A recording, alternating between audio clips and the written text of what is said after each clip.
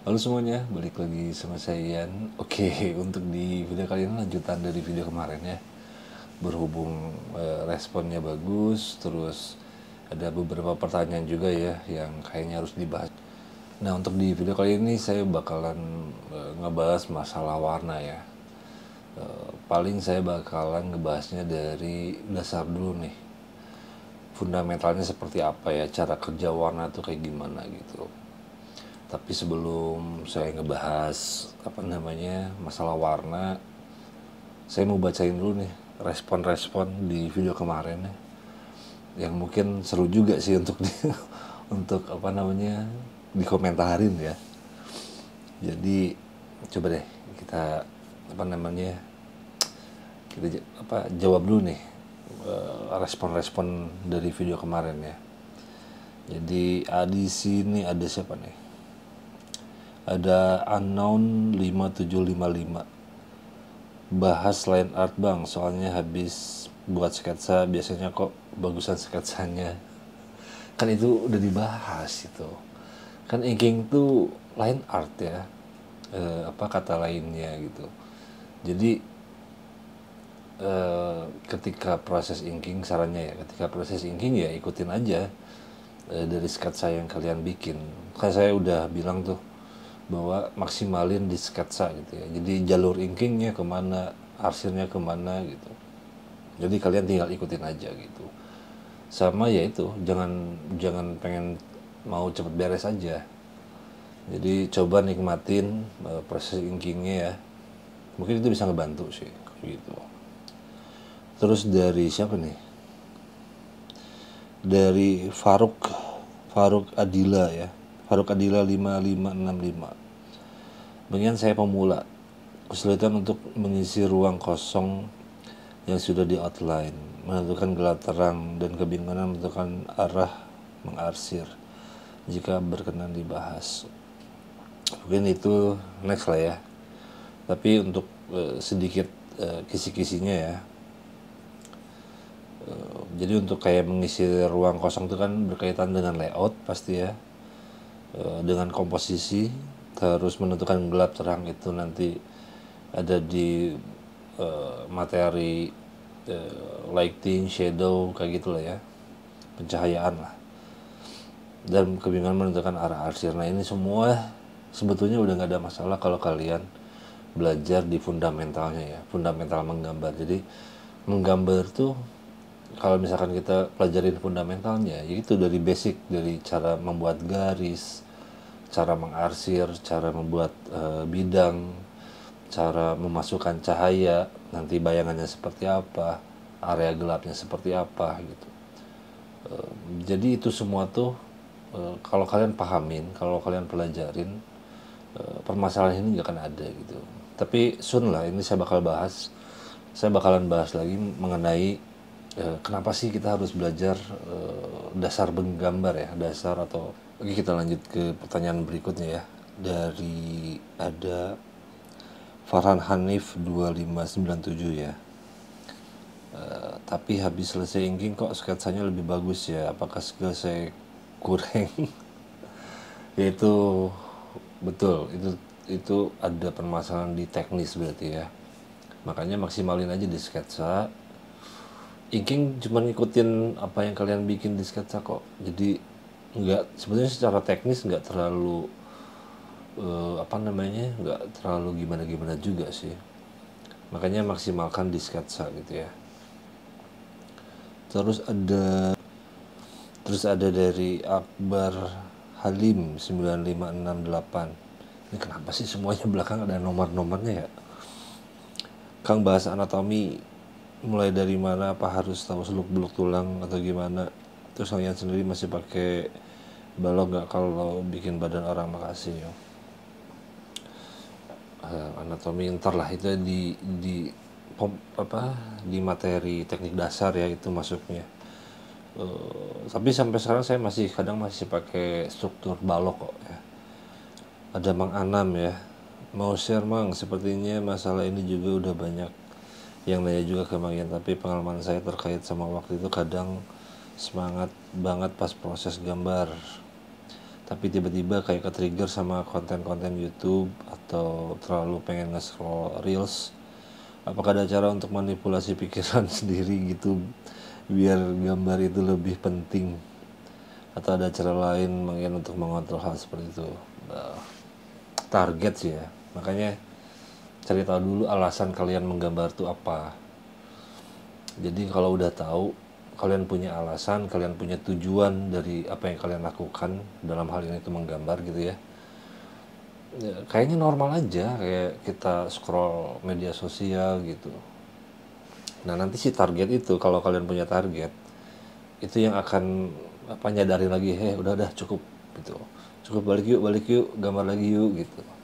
Jadi coba deh buat target-target apa ya, ya kayak kemarin saya bilang ya, target sesimpel kayak oke, tahun ini akun gambar saya naik 1000 followers gitu. Dalam artian ketika kalian mempunyai target gitu ya, kalian punya tujuan, kalian punya alasan kenapa harus menggambar gitu. Selain rasa suka ya, selain kalian menyukai menggambar gitu, tapi ketika ada motivasi ke situ, punya target,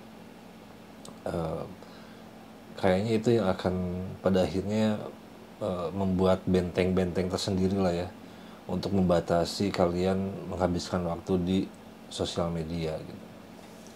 Kayak gitu ya Mang Anam. Kayak saya sekarang misalkan target, anggaplah di YouTube gitu ya, tahun ini 100.000 subscriber edan.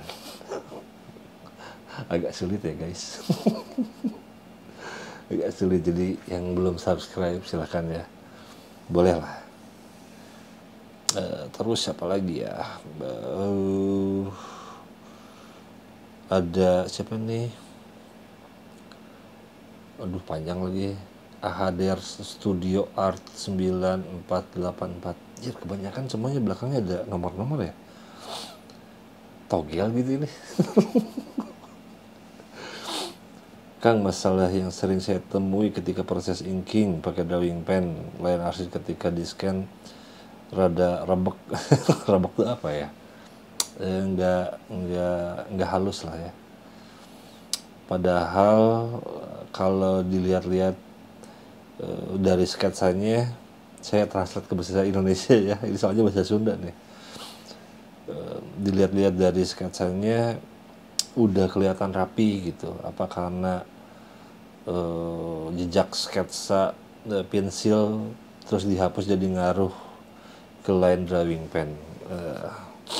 Pertama gini, yang namanya karya manual menggunakan drawing pen gitu ya, ketika di scan itu wajar apa sih, tarikan garisnya tuh nggak akan pernah halus ya, dia pasti ada grainy gitu lah, ada teksturnya lah. Jadi pertama itu wajar. Kedua, coba deh sesuaikan ukuran kertasnya juga. Kayak misalkan kalau kalian tujuannya untuk kaos gitu ya, untuk tujuannya untuk gambar kaos, di kaos gitu, misalkan gambarnya berarti pakai kertasnya 3 aja, karena secara dimensi gitu ya udah aman, udah pas. Terus dari ukuran drawing pennya juga nggak akan terlalu besar atau terlalu kecil nantinya tuh ketika entah itu di scan terus di output dijadiin cetak sablon gitu. Jadi itu wajar ya, wajar ketika kalian gambar inking manual terus di scan garisnya nggak rapi, itu wajar gitu. Nah masalah ada jejak sketsa gitu ya, makanya ada beberapa ilustrator yang sketsa sama inking itu dipisah. Jadi biasanya menggunakan tracing table ya, ada meja trace gitu. Jadi sketsa nih, kita bikin sketsa, terus di atasnya ada kertas baru lagi ditumpuk, nanti dinyalain lah apa namanya tracing table-nya gitu, kayak gitu. Itu biar nggak ada jejak sketsa ya, biar lebih rapih mungkin. Oke semuanya, akhirnya kita masuk ke pembahasannya mengenai warna ya. Jadi yang saya mau bahas ini bagaimana cara kalian memahami dulu cara kerja warna secara digital itu seperti apa ya. Nah, di warna digital itu biasanya dibagi dari 3 segmen ya, 3 kategori. Ada hue, ada saturation, sama value ya. Nah, apa itu hue ya? Hue itu warna dasar, warna default ya. Kayak merah, kuning, biru, hijau, cyan, magenta, bla bla bla gitu. Itu warna dasarnya ya. Dan kalau di color wheel tuh dia posisinya ada di yang lingkaran ini nih. Ya. Dia posisinya ada di sini nih. Ntar. Nih ya. Nah, ini posisi hue ya. Warna default. Dan biasanya posisi untuk ininya biasanya ada di pojok nih. Biar dapatin warna defaultnya ya. Dia tidak terkena cahaya berlebih, cahaya berkurang. Pokoknya warna defaultnya ada di pojok kanan atas. Kayak gitu. Nah, itu untuk hue. Hue itu tadi ya, warna default. Nah, kemudian ada saturation ya. Saturation itu tingkat vibrant atau tidaknya warna. Jadi itu lebih ke intensitas pigmennya ya, kuat atau enggak gitu. Nah, ini yang tinggi, ini yang menengah, ini yang rendah. Kalau diibaratkan saturation tuh kalau di dunia real tuh kayak cat tembok rumah lah ya. Kalau kalian baru ngecat, wah warnanya masih bagus tuh ya. Itu tuh diibaratkan hue-nya yang tinggi tuh, masih tinggi. Yang menengah itu ketika dia mulai memudar gitu ya. Nah, itu tuh levelnya udah menengah. Terus di tahun berikutnya misalkan udah mulai makin pudar, berarti udah levelnya makin rendah. Itu kalau diibaratkan ya, kalau diibaratkan. Jadi saturation itu mengenai vibrant atau tidaknya si warna tersebut ya. Atau bisa dibilang intensitas pigmen warnanya kuat atau rendah kayak gitu. Nah, kalau posisinya di color wheel, nah dia tuh biasanya kayak gini nih, ada di range sini ya, di range sini nih. Ada yang low, ada yang mid, ada yang high ya. Kayak gitu.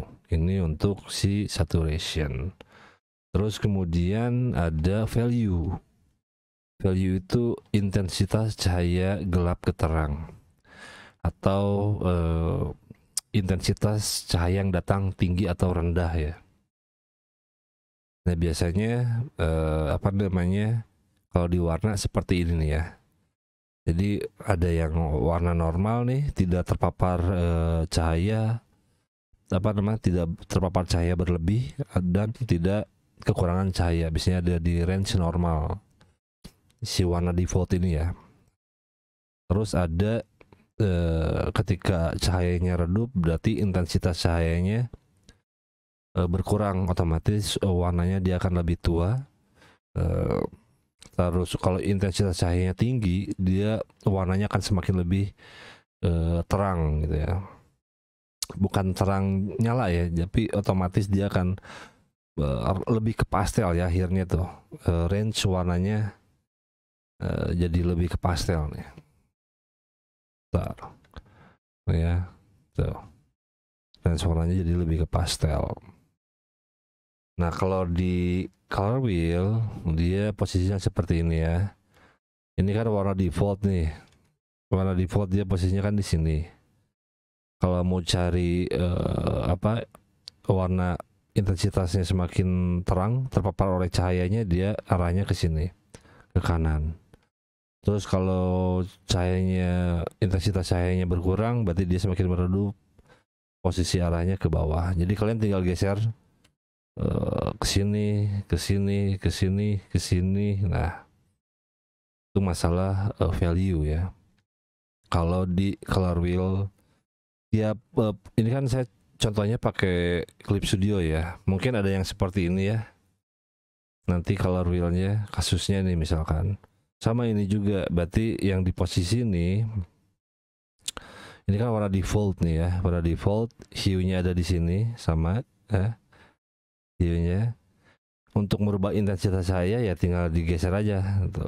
Ini berarti lebih gelap, ini lebih terang gitu ya, kayak gitu. Ini basicnya dulu ya. Jadi sebelum kalian mengenal color theory ya, pahamin dulu nih cara kerja warna itu seperti apa ya. Karena biar nggak bingung nantinya. Nah, ketika sekarang kan kalian udah tahu nih fungsi hue, saturation, value gitu. Kayak kalian mau mengedit sesuatu kan ada yang namanya di Photoshop kah atau di Clip Studio ada hue, saturation, hue saturation ya. Di situ kan ada tiga tuh, ada tiga slide ya. Nah kayak gini nih. Nah nanti kalian udah paham nih kalau mau merubah warna berarti yang dirubah hue-nya nih, bagian yang atas nih ya. Kalau mau kalian rubah warna bagian atas, tapi kalau kalian mau merubah intensitas pigmennya, strong atau enggak, kuat atau rendah, ini di sini di saturation. Jadi semakin dia berkurang, semakin intensitas warnanya semakin redup, semakin berkurang ya, semakin berkurang. Semakin tinggi dia semakin semakin keluar warnanya, kayak gitu. Nah untuk luminosity ini sama dengan value ya. Jadi intensitas cahaya ketika dia di slide ke kanan dia akan lebih tinggi, dan atau ketika di slide ke bawah dia akan jadi lebih rendah. Intensitas cahayanya berarti berkurang, intensitas cahayanya tinggi, kayak gitu ya. Ini kan basic nih. Jadi kedepannya kalian udah mulai paham nih. Oh, ketika saya bikin warna anggaplah merah, cari turunannya, berarti apa nih yang harus dikurangin? Oh, berarti value-nya antara dikurangin atau ditambahin gitu ya. Seperti itu. Kita belum ngomongin color theory, belum ngomongin pasangan warna, belum ya. Di sini benar-benar basic banget nih. Biar ketika next stepnya kalian udah ngerti, nanti ke step berikutnya kalian udah mulai paham gitu ya cara kerjanya seperti apa. Nah terus sekarang kita masuk ke cara memahami cahaya ya, atau value gitu. Di sini kita nggak main belajar lighting, nggak, tapi cahaya yang dimaksud di sini adalah lebih ke warna ya, peran terhadap warna gitu. Nah di sini saya bikin ada 7 ya, ada 7 range. Nomor 1 itu 1 dan 2 itu intensitas cahayanya yang tinggi, paling tinggi ya. 3, 4, 5 itu value cahayanya dia di mid. Terus 6 sampai 7 itu di low. Berarti itu otomatis cahaya yang paling rendah gitu ya. Nah, ketika saya mau mengaplikasikan ke sebuah objek, dan di sini contohnya sumber cahayanya posisinya ada di sini ya. Nah, otomatis ini saya akan bagi nih, oh area yang lebih terang dia posisinya akan ada di mana, yang tergelap ada di mana. Nah, sekarang masukin deh si si value cahaya yang udah dibuat tadi ya. Di sini kan saya pakainya grayscale ya, grayscale gitu. Nah ketika diaplikasikan sesuai nomor, dia posisinya seperti ini. Kalau diperhalus ya jadinya kayak gini ya, nih. Nah ini tuh basic banget. Kenapa banyak yang gambar terutama digital painting menggunakan grayscale dulu, karena dengan metode grayscale kita mudah menentukan value mana yang lebih terang, mana yang lebih gelap gitu. Daripada bermain langsung warna gitu ya. Itu biasanya kalau warna tuh tricky banget. Kadang ada warna-warna yang menurut kita itu udah terang gitu, value-nya udah tinggi, padahal enggak gitu, padahal masih ada di range mid gitu ya. Nah ini tuh fungsinya untuk bikin guide lah ya, ketika kita mau masukin warna nantinya, si peran si grayscale ini tuh menurut saya cukup penting gitu ya. Seperti itu. Nah terus kita coba contoh menggunakan warna ya sekarang. Tadi kan grayscale, sekarang kita bikin monokrom. Nah, di sini kan warna base-nya merah ya. Nih. Nah, untuk menentukan value high sama low-nya sama kayak yang tadi yang grayscale, kita value-nya turunin dari warna merah, turunin value-nya dari nih, kalau misalkan dari sini ya di color wheel, berarti untuk dapetin area high berarti saya naiknya ke atas nih. Oke, naiknya ke atas. Kalau saya butuh area low berarti saya ngambilnya ke bawah tanpa merubah si hue-nya ya, nggak dirubah si hue-nya. Kita di sini kan monokrom dulu nih. Nah, sekarang setelah kita dapetin nih ketujuh warna ini, kita sekarang sama bikin box sudah terinput apa area-areanya, tinggal kita masukin. Nah, makanya fungsinya grayscale tuh sebelum kita masukin warna apa, dengan metode grayscale kita lebih nyaman lah ya ketika menentukan value gelap, terang, bla bla bla. Ini karena objeknya simpel aja, kayak itu mah langsung aja kali. Enggak, ini kan kita lagi belajar apa namanya polanya ya, pola dasar gitu.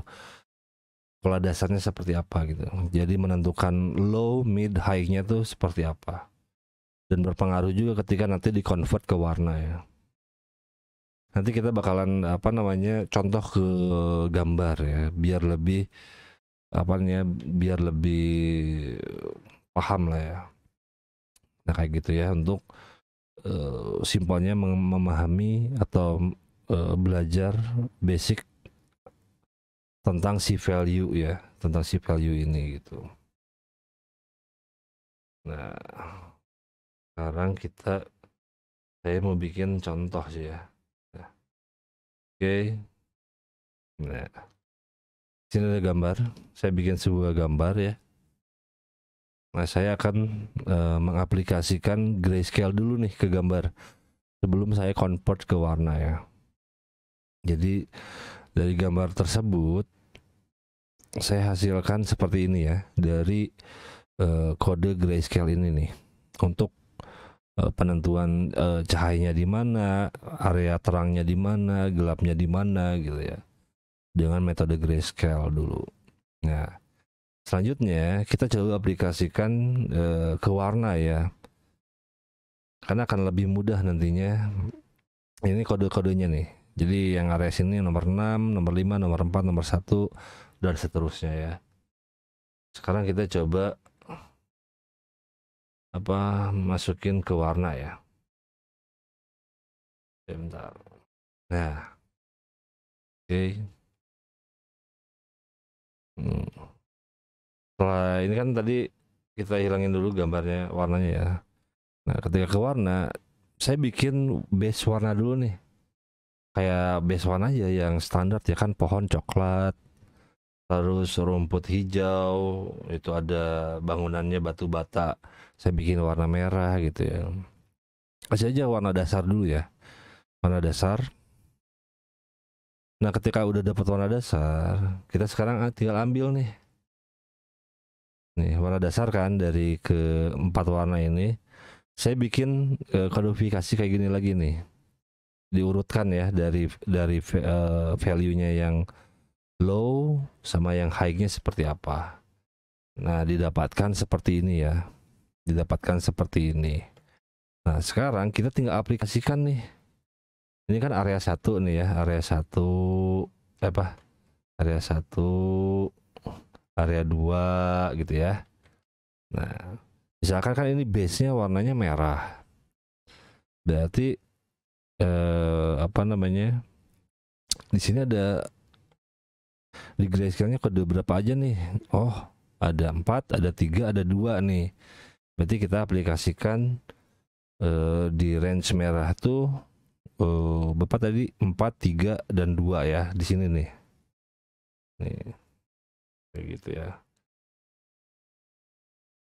seterusnya kayak pohon, kayak apa namanya, rumput gitu ya. Sama kalian tinggal aplikasikan dari kodifikasi ini ke gambar kalian. Nah, begitupun si backgroundnya ya. Nah, kayak gitu. Ini mah cuma gambar simple ya guys. Maksudnya itu secara konsep kalian paham dulu lah. Biar enak depannya. Kenapa sih harus gambar grayscale gitu ya? Untuk bikin pondasi awal, karena itu ketika dengan metode grayscale kita enak menentukan value gelap terangnya gitu. Ini contohnya jelek kayak gini tuh karena ya itu pemilihan base colornya jelek ya. Yang penting ini kita ngambil apa namanya, patternnya dulu aja deh, cara kerjanya gitu ya, cara kerjanya seperti apa gitu. Nah di sini kan kita cuman bermain dengan value aja nih guys. Jadi dari contoh yang tadi kita bikin, itu tadi kita cuman merubah value-nya ya, belum lagi merubah hue-nya, saturation-nya itu biar lebih dynamic lagi. Apa namanya, karena ini balik lagi kita harus memahami konsep dasar dulu, belum bisa bermain seliar gitu, seliar mungkin belum bisa. Kalian harus apa namanya, minimal dari keseluruhan ini nih ya, ini kalian logiknya dapat dulu. Pertama kita breakdown dulu ya. Pertama warna itu ada 3 elemennya ya. Ada hue, saturation, sama value. Hue itu dia warna dasar. Saturation itu intensitas pigmen. Terus value itu intensitas cahaya ya. Sekali lagi, hue warna dasar, saturation tingkat vibrant atau enggaknya warna, atau tadi saya bilang intensitas pigmen. Terus yang ketiga ada value, itu intensitas cahaya ya yang datang. Terus kita contohkan cara mengaplikasikan ke sebuah objek dengan metode grayscale dulu nih. Kenapa grayscale? Karena mata kita akan lebih mudah menginput informasi tentang mana area gelap, area terang, mana area tengah gitu ya. Kayak gitu. Setelah kita input grayscale, nah kita coba input akhirnya dengan warna gitu ya. Kita masukin warna di situ. Jadi kita udah tahu tuh dari warna merah, ketika intensitas cahayanya tinggi, oh ternyata dia warnanya ada di sini. Ketika intensitas cahayanya rendah, oh warnanya ada di sini gitu. Jadi kita nggak mengada-ngada tuh, apa nggak ngasal ya ngambil, oh warna shadownya nanti di sini, di sini, di sini gitu. Walaupun ada cara-cara praktis, yang trik praktis ya, tapi sekali lagi ini base pondasi apa namanya, pondasi awal untuk kalian nantinya bisa bereksperimen liar gitu, kayak gitu ya. Yang penting kalian udah tahu lah cara kerja dasarnya seperti apa. Terus kayak tadi ketika kita aplikasikan ke sebuah karya gambar, setelah jadi nih kita bikin mode grayscale-nya. Ketika diinput ke warna, kita tinggal tentuin dulu nih warna dasarnya apa, terus cari apa value tingginya ya, terus sama value yang rendahnya gitu. Tinggi itu untuk yang terpapar cahaya lebih intens, sama kalau yang low itu berarti yang terpapar cahaya lebih rendah, kayak gitu ya. Per warna kita cari value-nya gitu, range-nya.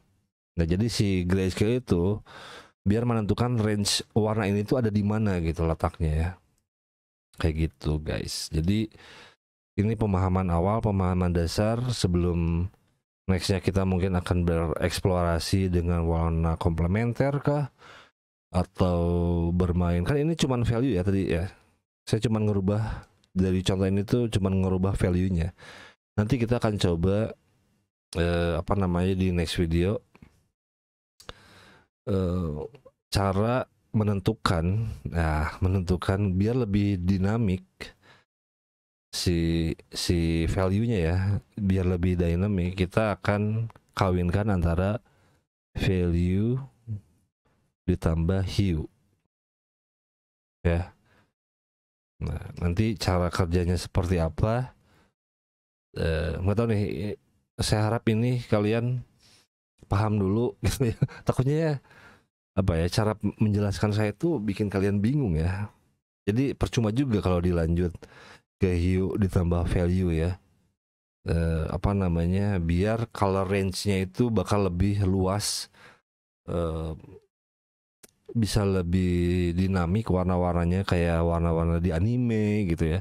Itu dia range warnanya kan luas banget, tidak menggunakan hanya merubah value-nya aja, value yang tinggi sama value rendah aja gitu. Tapi dia memix antara value, hue sama saturation-nya, dia mix gitu. Dia kawinkan. Nah, ya gitulah guys. Sekali lagi saya harap di video pertama mengenai warna ini kalian paham dulu. Kalau misalkan masih bingung, coba tulis di komentar ya. Aduh, saya masih bingung, penjelasannya ribet nih gitu. Nggak apa-apa guys. Maksudnya itu kan itu jadi saran dan kritik juga buat saya pribadi gitu ya. Karena sekali lagi saya bukan akademisi, bukan orang yang terbiasa memaparkan apa ya, memaparkan teori dengan verbal gitu ya. Susah guys, bener. Susah ketika kalian menguasai sebuah teknik gitu ya, terus harus di breakdown secara verbal. Kadang bingung, otak kita tuh kayak, ini cara ngejelasinnya gimana ya gitu. Ini saya coba untuk menstrukturkan dulu lah. Jadi dari tadi saya tuh siang coba menstrukturkan metode. Oh berarti sebelum kita memahami color theory, kayaknya kita harus paham dulu nih cara kerja warna secara digital itu seperti apa, elemen yang mempengaruhi elemen yang mempengaruhinya itu apa aja. Yang tadi kan 3 ada, hue, saturation, sama value. Jadi ya untuk di video mengenai warna cukup sekian dulu ya guys. Jadi terima kasih. Silakan kritik dan saran dipersilakan di kolom komentar. Ini pasti bakal ada part berikutnya ya. Kita coba nanti bedah antara pengkawinan antara value dan hue gitu, biar dapetin warna yang lebih dynamic gitu ya. Sekali lagi terima kasih buat kawan-kawan yang sudah mampir, yang sudah nonton. Silakan respon semua kalian mengenai apa yang saya bahas tadi. Saya harap kalian bisa mengerti ya, maksudnya itu apa yang saya pikirin gitu ya, apa yang saya jelaskan juga gitu, mengenai dasar kita mengenal cara warna itu bekerja secara digital seperti apa gitu ya. Jadi kita lanjut di video berikutnya. Saya undur diri, terima kasih semuanya. Assalamualaikum warahmatullahi wabarakatuh. Bye bye.